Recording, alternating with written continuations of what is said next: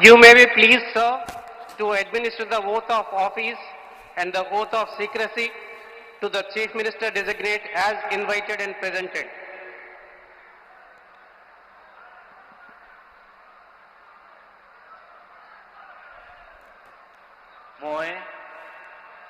মই শ্ৰী হিমন্ত বিশ্ব শৰ্মা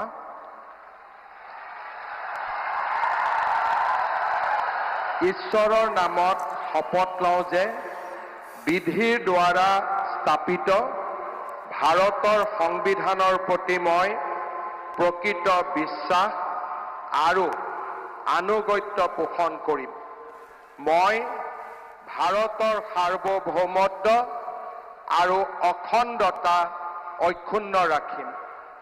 মই অসমৰ মুখ্যমন্ত্ৰী হিচাপে মোৰ কৰ্তব্য বিশ্বস্ততাৰে আৰু শুদ্ধ অন্তঃকৰণেৰে সম্পাদন কৰিম আৰু মই ভয় বা পক্ষপাত অনুৰাগ বা বিদ্বেষ নোহোৱাকৈ সংবিধান আৰু আইন অনুসাৰে সকলো শ্ৰেণীৰ লোকৰ প্ৰতি ন্যায় আচৰণ কৰিম।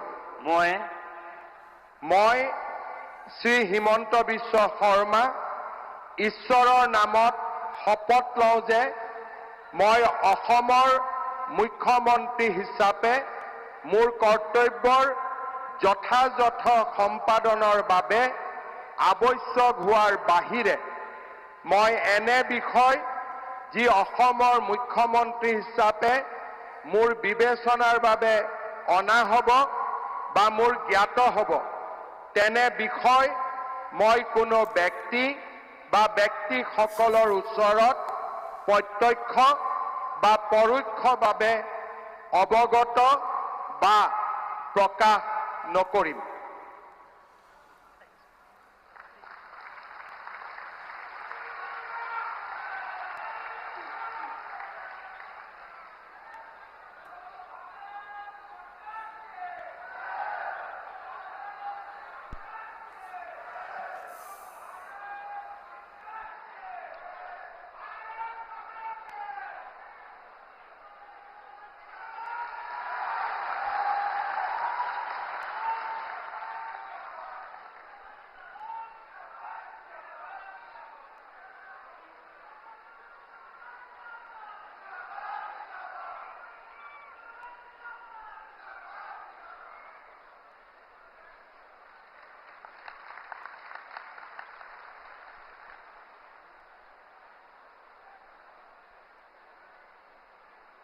Sir, the ministers designate are present to take the oaths of office and secrecy.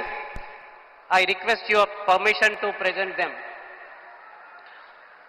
The ministers designate shall now be invited to the dais one by one to take the oaths of the office and of secrecy as Minister for the State of Assam. You may be pleased, sir, to administer the oath of office and the oath of secrecy to the ministers designate as invited and presented one by one.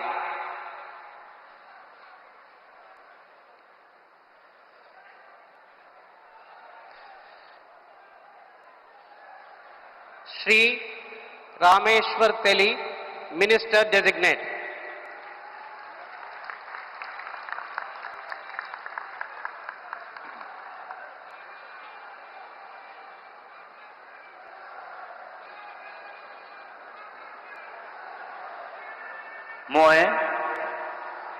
মই ৰামেশ্বৰ তেলী ঈশ্বৰৰ নামত শপত লওঁ যে বিধিৰ দ্বাৰা স্থাপিত ভাৰতৰ সংবিধানৰ প্ৰতি মই প্ৰকৃত বিশ্বাস আৰু অনুগত্য পোষণ কৰিম। মই ভাৰতৰ সাৰ্বভৌমত্ব আৰু অখণ্ডতা অক্ষুণ্ণ ৰাখিম। মই অসমৰ এগৰাকী মন্ত্ৰী হিচাপে মোৰ কৰ্তব্য বিশ্বস্ততাৰে আৰু শুদ্ধ অন্তঃকৰণেৰে সম্পাদন কৰিম আৰু মই ভয় বা পক্ষপাত অনুৰাগ বা বিখেদ নোহোৱাকৈ সংবিধানৰ আৰু আইন অনুসাৰে সকলো শ্ৰেণীৰ লোকৰ প্ৰতি ন্যায় আচৰণ কৰিম।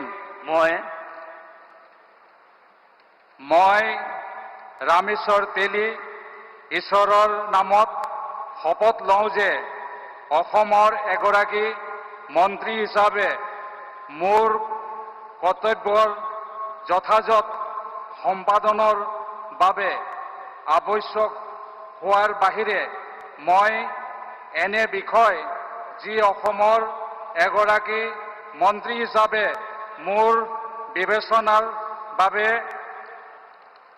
অনা হ'ব বা মোৰ জ্ঞাত হ'ব তেনে বিষয় মই কোনো ব্যক্তি বা ব্যক্তিসমূহৰ ওপৰত প্ৰত্যক্ষ বা পৰোক্ষভাৱে অৱগত বা প্ৰকাশ নকৰিম।